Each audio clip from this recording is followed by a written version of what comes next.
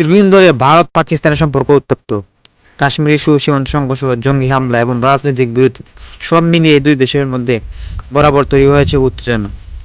সম্প্রতি আন্তর্জাতিক গণমাধ্যমে প্রকাশিত কিছু রিপোর্টে বলা হয়েছে, সীমান্ত এলাকায় নজরদারি বাড়ানো হয়েছে, যুদ্ধ বিমান, সামরিক সরঞ্জাম চলাচলে বেড়েছে আরও জানা যাচ্ছে।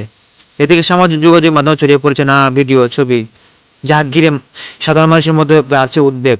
বিশেষজ্ঞদের মতে বর্তমান পরিস্থিতি সরাসরি যুদ্ধের দিকে না গেলেও দুই দেশের মধ্যে কূটনৈতিক চাপ অনেকটা বেড়েছে। ভারতের পক্ষ থেকে নিরাপত্তা ইস্যু করু অবস্থা কথা বলা হয়েছে। অন্যদিকে পাকিস্তান তাদের প্রতিরক্ষা প্রস্তুতি জোরদার করার ইঙ্গিত দিয়েছে। সীমান্তের বিভিন্ন এলাকায় সেনা টহল বাড়ানোর খবর সামনে এসেছে।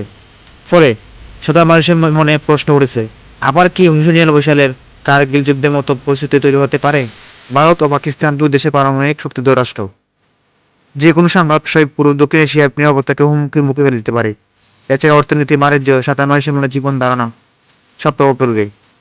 তাহলে প্রশ্ন থেকে যাচ্ছে, ভারত পাকিস্তানের এই বাড়তে থাকা উত্তেজনা কি শুধু রাজনৈতিক চাপ, নাকি সত্যি বড় কোনো সংঘাতের ইঙ্গিত? আপনার মতামত কি? কমেন্টে করে জানান। ভিডিও ভালো লাগলে লাইক দিন, শেয়ার করুন, সাবস্ক্রাইব করুন।